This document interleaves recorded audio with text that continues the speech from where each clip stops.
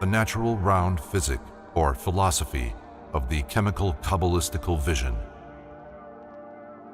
The sun and moon, with all the firmament, appeared first. They stood still. A color indeed they had, but gave no light.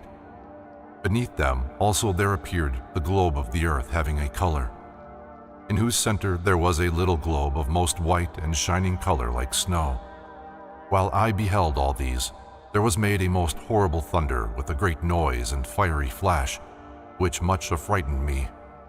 A great cloud came also, which, going away a start, was seen above the sun, moon, and firmament, whose shining was so bright that I could not fix my eye upon it. With its redness, it exceeded the redness of the sun. As soon as ever this star appeared, the whole firmament with the sun and moon began to run their race and dance. In the meantime, the said star darted fiery rays from above, through the exterior firmament, of which sometimes more, sometimes fewer, some also by halves were carried upon the globe, but the little globe received the smallest part of these rays. Those rays, whose halves only entered the globe, moved the waters, that they might flow, and fish might be seen in them. The other rays made the great globe begin to live, and bring forth all sorts of trees and fruits, and which also animals and men did walk.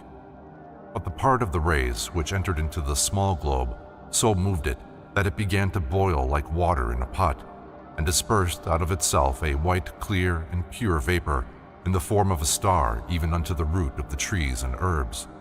Then out of this globe, or white shining star, there began, but yet slowly enough, to grow all sorts of trees and herbs, and tended towards the circumference of the globe. And when they almost attained to it, behold, 2 white stony mountains arose, and were opened out of each end of the globe.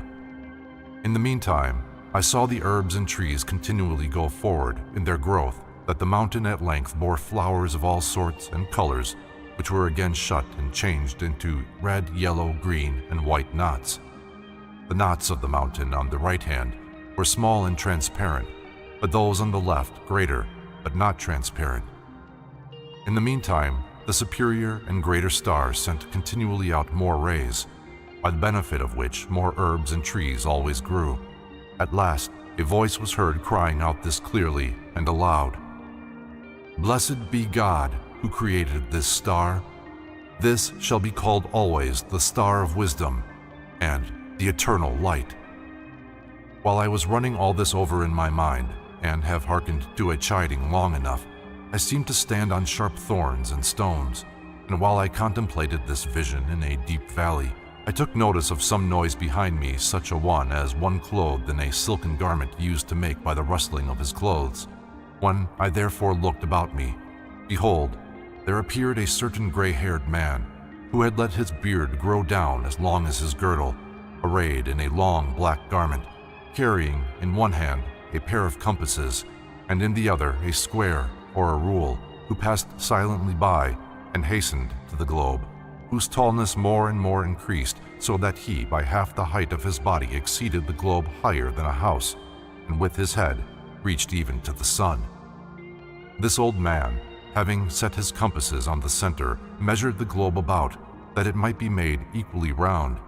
Then, having set his compass on the square, he said, "Multiplication has been 3 times made in it."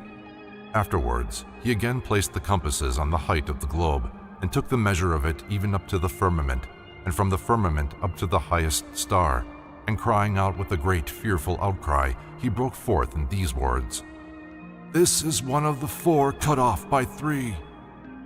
He afterwards drew 2 lines from the highest star to the globe, which another drawn a new globe, white, transparent and resembling the greenness of an emerald, with a sun transparent and more clear than ordinary, and the whole firmament, but no burning about as yet being observed. Hence the old man crying out said, "Praised be God, that at length malice is oppressed, and truth made manifest. Rejoice, ye sons of light, that an end of darkness is made.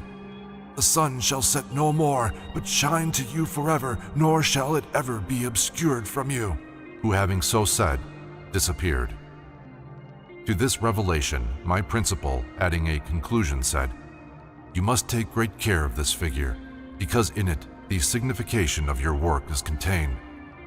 In this figure, I say, there lies hid the secret of all secrets, as well concerning natural as supernatural things, which surpass man's understanding.